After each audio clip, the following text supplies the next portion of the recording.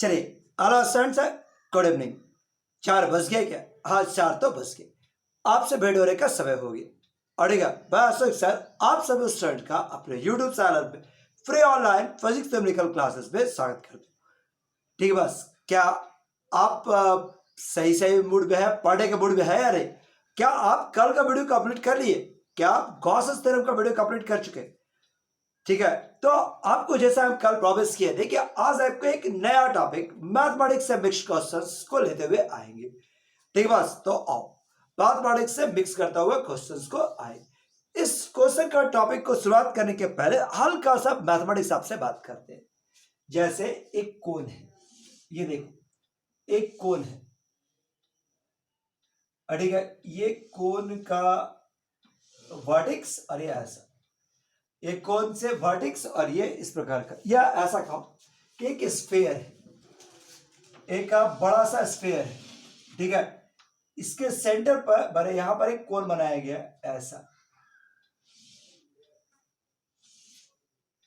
ये देखो ये एक कोन, अगर आपसे हम पूछे, ठीक है, और इसका सेमी वर्टिकल एंगल कितना है? थीटा। अगर आपसे पूछे कि बताइए इस बेस के पीछे जो सतह है एरिया, उसका एरिया क्या होगा? इसका बेस का जो सतह है, ये जो बेस है, बेस के पीछे का एरिया क्या होगा? अड़ेगा याद है, स्फीयर लिए है, सर्किल नहीं, स्फीयर लिए है, सर्किल नहीं, तो इस पूरे स्फीयर का पोर्शन का एरिया क्या होगा? तो एरिया के लिए हम लोग का फार्मूला होता है area of the sphere, area of the sphere just behind the flat, behind the base, area of the sphere behind, अड़ेगा behind the base of the cone, बराबर फॉर्मूला होता है 2 पाई r square 1 minus cos theta, 2 pi r square 1 minus cos theta, where theta is the semi-vertical angle, r is the radius of the sphere, तो formula आता है 2 pi r square 1 minus cos theta। हाँ, इसका derivation भी किया जा सकता है।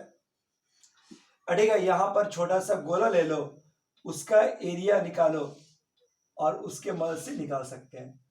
ठीक है, इसका रेडियस हो गया स्मॉल r, देखो ऐसे निकाल सकते हैं, इसका चौड़ाई हो गया आर डी अल्फा, और उसी के मदद से निकालोगे तो इंटीग्रेट करके आ जाता है 2 pi r square 1 minus cos theta. नहीं भी निकालते हो हमको कोई अंतर नहीं, बस केवल आपको बोल रहे कि आज जो न्यूमेरिकल पढ़ाने जा रहे हैं उसमें आप ये एक टॉपिक रखो कि अगर एक स्फीयर है, स्फीयर के सेंटर पर, स्फीयर के अंदर एक कोन खींचा गया जिसका सेंटर, जिसका वर्टेक्स सेंटर पर हो, सेमी वर्टिकल एंगल थीटा, तो इस बेस के पीछे जो एरिया होगा, बेस के पीछे जो सरफेस एरिया आएगा, उसका वैल्यू क्या होगा? 2 pi r square 1 minus cos theta. हम दिमाग में सेट कर लो, 2 pi r square 1 minus cos theta, बहुत काम का। फिर से बोल रहे क्या? ठीक है, कि अगर एक बेस, देखो एक स्फीयर है, बोर्ड पर दिखाना संभव नहीं है, एक स्फीयर है यहाँ पे, ठीक है, सेंटर पर, ठीक है, सेंटर पर कोन बनाया गया, इस तरह का कोन है, तो इस फ्लैट सतह जो बेस है, बेस के पीछे जितना एरिया बनेगा, इस एरिया का वैल्यू, इस एरिया का फॉर्मूला होता है 2 pi r square 1 minus cos theta, 2 pi r square 1 minus cos theta, यार सर्किल नहीं है, sphere, 2 pi r square 1 minus cos theta. अब इसी पर बेस्ड क्वेश्चन हम लोग शुरुआत करते हैं, और इसी पर बेस्ट क्वेश्चन हम शुरुआत कर रहे हैं। देखो क्वेश्चन क्या है, ठीक है, इसी पर बेस्ट क्वेश्चन हम शुरुआत कर रहे हैं। देखो पहला क्वेश्चन, ए पॉइंट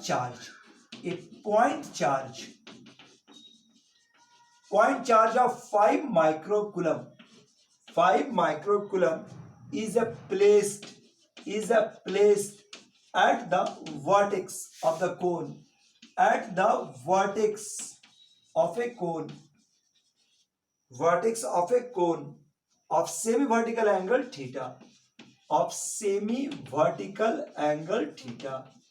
vertical angle theta। ठीक है, find semi vertical angle theta बराबर अड़ेगा 30 degree. Find the flux passing through the base, find the flux passing through the base, passing through base,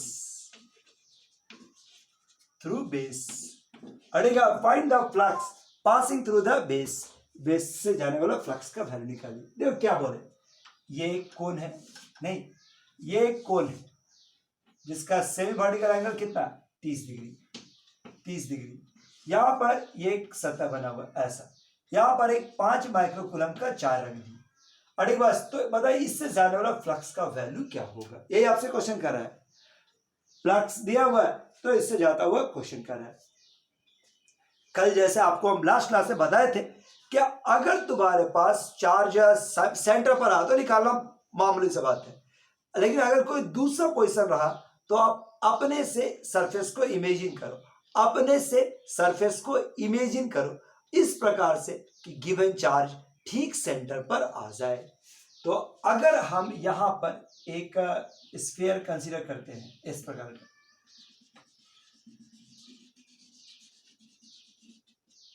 एक स्फीयर कंसीडर करते हैं इस प्रकार से जिसका रेडियस, अड़ेगा एक स्फीयर कंसीडर करते हैं इस प्रकार से जिसका रेडियस इसके लैटेंट हाइट के बराबर है। अरे बस तो क्या कर सकते हैं सवाल, इससे फायदा क्या हुआ, इससे फायदा ये हुआ कि ये वाला सेंटर, ये वाला चार्ज सेंटर पर आ गया। अब पूरा से तो फ्लक्स निकालना गॉसेस थ्योरम के लिए मामूली बात है, तो क्या हम इस छोटा पार्ट से एरिया निकाल सकते, जो इस सतह से जाएगा वही ना इससे जा रहा होगा, जो इस बेस से जाएगा वही ना इससे जाएगा। तो अगर हम इस सतह वाला निकाल ले यूनिटरी मेथड से तो काम हो सकता है, सतह वाला से यूनिटरी मेथड से निकाल सकते हैं। नहीं समझा, टोटल फ्लक्स देखो through the whole sphere, total flux through whole sphere, total flux through whole sphere, through whole sphere. अड़ेगा प्रत्येक इस पूरे स्फीयर से, पूरे स्फीयर से जिसका एरिया कितना है, एरिया बराबर 4 pi r square, 4 pi r square is equal to, और अब पूरा एरिया से, पूरा जो सतह है उसका एरिया से जाने वाला फ्लक्स का वैल्यू क्या होगा, तो 1 by epsilon naught times of 5 micro coulomb, 1 by इतना। तो क्या ये वाला छोटा वाला एरिया निकाल सकते हैं यूनिटरी मेथड से, पूरा एरिया यानी 4 पाई आर स्क्वायर से इतना, तो इतना एरिया से कितना, मैथ से समझे ना। So required flux is equal to, required flux is equal to area of this part, देख लो बढ़िया से, 4 पाई आर स्क्वायर से तो इतना से इतना का एरिया कितना है, इस पार्ट का एरिया। अभी आपको हम पीछे बताए थे कि याद करके रखिए 2 pi r square 1 minus cos theta. तो अब बताओ इसका वैल्यू क्या आ जाएगा, तो 2 pi r square 1 minus cos theta और बटा में 4 pi r square, 4 pi r square into ये flux, into flux total, into flux total. देखो यहां पर लेते हैं तो जगह नहीं बचा, रिक्वायर्ड फ्लक्स बराबर, रिक्वायर्ड फ्लक्स बराबर 2 pi r square unitary method में 1 माइनस कॉस थीटा और divide by 4 pi r square into into 5 into 10 to the power minus 6 by epsilon naught, 5 into 10 to the power minus 6 by epsilon naught. Log calculation करो, ये और ये क्या 2, ये और ये 2, नहीं यहां तो ठीक है, ये ऐसा 2 इधर मिटाते हैं, तो क्या आप इससे फ्लक्स का वैल्यू निकाल सकते हैं आप। सो वैल्यू क्या आ जाएगा, 1 माइनस कॉस थीटा का वैल्यू कॉस 30 डिग्री और ये हो गया 2 into into 5 into 10 to the power minus 6 और 8.854 into 10 to the power minus 12, 10 to the power minus 12। लग अब कैलकुलेशन और आंसर, अब पूरी तरह से कैलकुलेशन और आंसर, तो उस फॉर्मूला का यूज समझ में आया ना बात, ये फॉर्मूला का खेल है। क्या इतना बात ठीक है, इतना बात समझ में आया क्या कैसे बना दिए।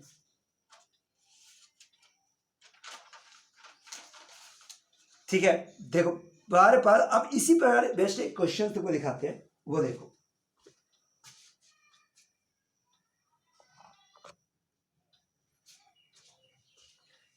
चलिए एक क्वेश्चन देखो, बहुत बढ़िया क्वेश्चन, अच्छा क्वेश्चन पे गिनती। क्या बोला? A point charge q is placed on the axis of the disc of radius r at a distance b from the plane of the disc. देखिए क्या बोला, एक डिस्क है, डिस्क ले सकते हैं जिसका रेडियस कितना है r, इसका ये एक्स होता है। क्या बोला है? Point charge is place at distance b from the plane, यहां से b दूरी पर एक चार्ज रखा हुआ है q, संभव है ऐसा? बस q चारों तरफ फ्लक्स निकलता होगा, लेकिन क्वेश्चन कहता है कि इससे जो फ्लक्स बाहर आएगा, इससे जो फ्लक्स चारों तरफ फ्लक्स आता होगा, उसमें से 1/4 बड़े लगभग 25% फ्लक्स इसी डिस्क से पार कर जाता है, इसी डिस्क से पार करता है। तो आपको ये लेसन प्रूफ करना है, इसी डिस्क से पार करता है, तो इस लेसन को प्रूफ करना है। क्या लैंग्वेज समझ के? बस अब क्या बोला, एक इस प्रकार का होगा, अगर इससे जो फ्लक्स बाहर आया, इसका एक चौथाई टोटल फ्लक्स का एक चौथाई इससे पार कर रहा, तो निकालना है। क्वेश्चन बिल्कुल वही है। अरे यही ना तुम्हारे पास, एक डिस्क से, डिस्क का एंड से देखो, तुरंत एंड पर एंगल मान लेते हैं, कितना एंगल बनाया? थीटा, हमारा सही वर्टिकल एंगल थीटा। तो बताओ इस डिस्क से पार होने वाला फ्लक्स पासिंग थ्रू, क्या हम क्वेश्चन मिटा दें? जगह चाहिए हमको। देखो flux passing through the whole disc, या टोटल पहले फ्लक्स निकालते हैं। टोटल फ्लक्स क्या होगा? जो इस चार्ज से निकाल रहा है, टोटल फ्लक्स क्या होता है? तो 1/ε0 टाइम्स ऑफ q, इतने ही रहेगा। अब फ्लक्स पासिंग थ्रू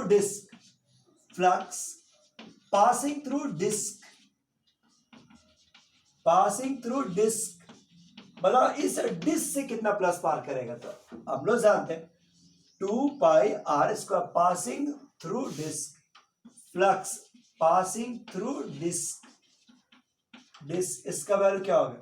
तो 2πr², 1 minus cos theta by 4πr²। अब आपको भाई इसको काट के भी याद कर सकता है, 1 minus cos theta by 2, 1 minus cos theta by 2, और ये हो गया q/ε0। ये वाला याद ही कर लो, तो 1 माइनस कॉस थीटा बाई 2, ऐसा भी याद कर सकते हैं। अब गिवन क्या है?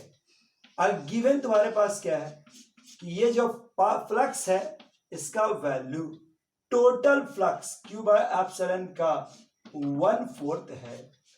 ठीक है, गिवन तुम्हारे पास क्या है कि flux passing through the disc बराबर 1/4 ऑफ टोटल q/ε0, और राइट साइड में कितना आ गया? दिस इज q/, देख लो, ठीक है, राइट साइड में तुम्हारे पास आ गया 1 माइनस कॉस थीटा और बाई 2 इंटू q/ε0, इतने नाम लोग के पास है। और इससे आपको लेसन निकालना है। देखो ε0 कैंसिल, q से q कैंसिल, 2 से 2 कैंसिल, सो 1/2 बराबर 1 माइनस कॉस थीटा, इधर लाओ, सो कॉस थीटा बराबर 1 माइनस हाफ, यानी कि 1/2। हम लोग यहां तक पहुंचे। अब आइए मैथ, कॉस थीटा का वैल्यू निकाल सकते हैं। ये r है, ये वाला b है, ये पाइथागोरस से निकालोगे तो r² प्लस b²। क्या आप कॉस थीटा का वैल्यू निकाल सकते हैं? कॉस थीटा बराबर b divide by root under b² plus r² और बराबर 1/2।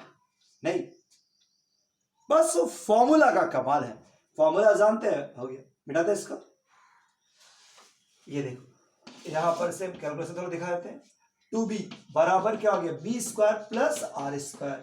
सो कैलकुलेशन करो तो 4b² बराबर b² प्लस r², इधर ले आए, सो 3b² बराबर r², सो √3b बराबर क्या हो गया? r। सो ये आपका लेसन। तो बस मेहनत कुछ नहीं था, वो फॉर्मूला याद कर गए, उसको यूज करना जान गए, तो आराम से क्वेश्चन आपका बनता है। वो फॉर्मूला यूज करने जा रहे तो बन गया। बताओ समझने में कोई दिक्कत नहीं ना? नेक्स्ट क्वेश्चन, एक क्वेश्चन तुम्हारे पास दिया है, a point charge is placed at the top of the hemisphere. देखिए क्या बोला, a point charge q is placed at the top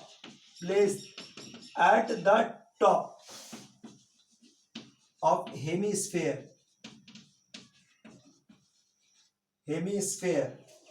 as shown in figure, जैसा फिगर में दिखा रहे हैं। as shown in figure. Find the flux passing through hemisphere. Find the flux passing through hemisphere.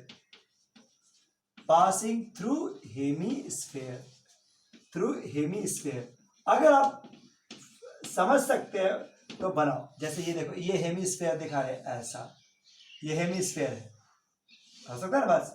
अब इसके टॉप पर एक चार रख दिया गया क्यू, और कहा कि बताइए इससे फ्लक्स, इससे चारों तरफ फ्लक्स निकलता होगा, इधर इधर इधर इधर, तो इससे जो फ्लक्स हेमिस्फेयर में पास कर रहा है उसका वैल्यू आप निकालिए।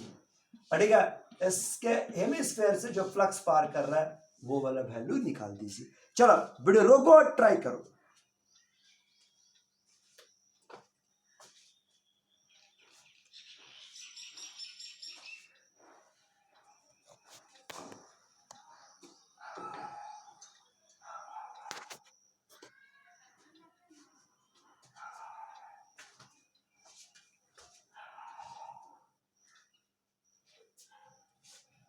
चलिए टाइप का लिमिटेशन है, इसलिए आपको अभी यह क्वेश्चन दिखाते हैं। तुम गौर से देखो फिगर, अगर ध्यान रहेगा तो समझ में नहीं आएगा, आखिर निकाले तो निकाले कैसे। तुम गौर से देखो, ये जितना भी लाइंस है जो हेमिस्फेयर में घुस रहा है, कहां से निकल रहा है, जो हेमिस्फेरिकल रीजन से घुस रहा है वो तुम्हारे पास सरफेस से पार कर रहा है। ठीक है, पासिंग थ्रू हेमिस्फेयर मतलब बेस ऑफ द हेमिस्फेयर कहते हैं, पासिंग थ्रू। ये देखो बेस ऑफ हेमिस्फेयर कहते हैं। ठीक है, ऐसे तो यहां से घुसे, यहां से भी निकल सकता है, वो नहीं। अब passing through the base of the hemisphere, base कर सकते हैं, बेस से कितना जा रहा है, flat surface of the hemisphere ऐसा कहा है। तो गौर से देखो, ये चार्ज और ये डिस्क, मतलब हम इसको ऐसा समझ सकते हैं कि ये एक चार्ज है और यहां पर एक डिस्क रखा हुआ है। बताओ, इतना समझ सकते हैं। अरे अब तो आइडिया मिल गया। अब यहां से देखिए, ये दूरी r, ये रेडियस r, ये वाला एंगल मान लेते हैं थीटा। तो वही पुराना क्वेश्चन हो गया ना, वही पुराना क्वेश्चन हो गया। बताओ, पासिंग थ्रू द फ्लक्स। तो अब तो आप क्वेश्चन बना सकते हैं ना। तो मेन वो सिचुएशन को समझना है। तो बताओ, required flux is equal to, अगर आपको याद हो गया है तो 1 minus cos theta by 2 into sigma charge बटा epsilon naught. 1 minus cos theta by 2 और चार्ज बटा एप्सिलॉन नॉट। अब इस पर बढ़ाइए। अब 1 माइनस बता कॉस थीटा का वैल्यू कितना होगा, पहचानो, ये आर, तो थीटा बराबर 45 डिग्री निकाल लो, पी बाई सटन 45 आ जाएगा। सो ये वाला क्या आ जाएगा, कॉस 45 डिग्री बाई 2, और जो आएगा वही आंसर। कॉस 45 का value 1 by root 2 into q by 2 epsilon naught. So इससे आप चार्ज का वैल्यू, फ्लक्स का वैल्यू निकाल सकते हैं। ठीक है बालो, इतना समझ में आ रहा है।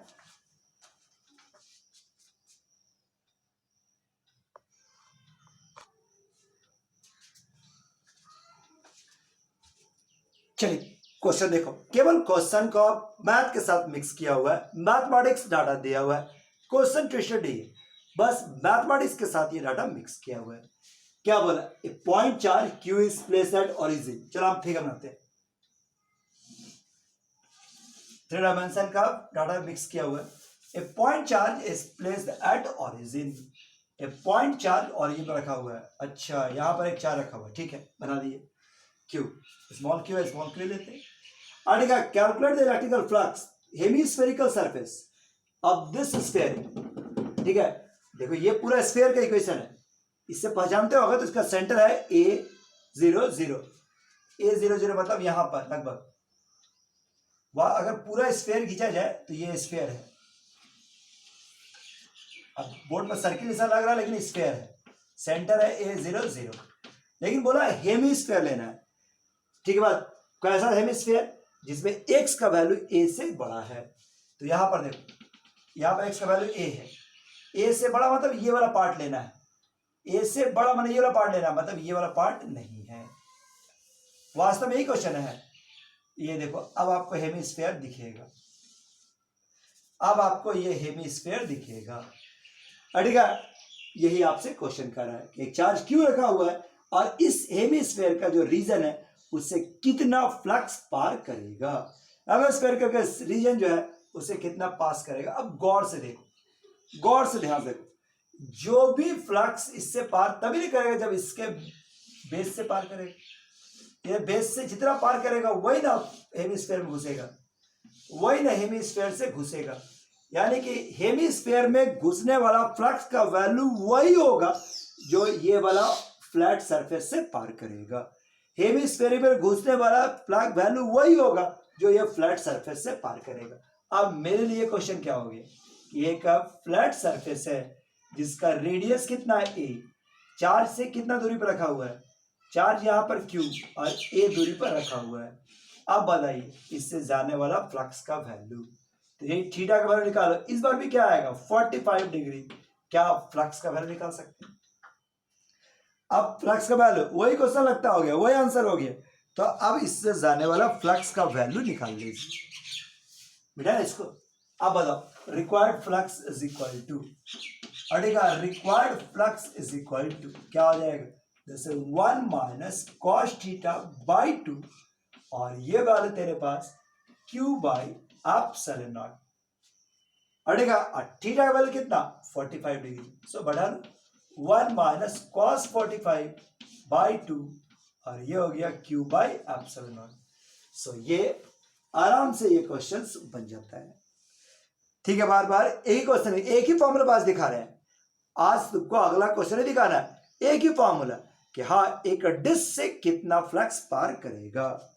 बहुत इंपॉर्टेंट कॉन्सेप्ट है, इसको देखते हुए इसको कंप्लीट कर लो।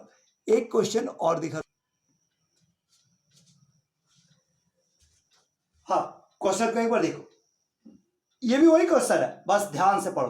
क्या बोला, दो चार्ज है q और माइनस q का, कहां पर रखा हुआ है, सेपरेटेड बाय द डिस्टेंस 12। आराम से दिखा दिए, एक q और एक माइनस q, डिस्टेंस 12।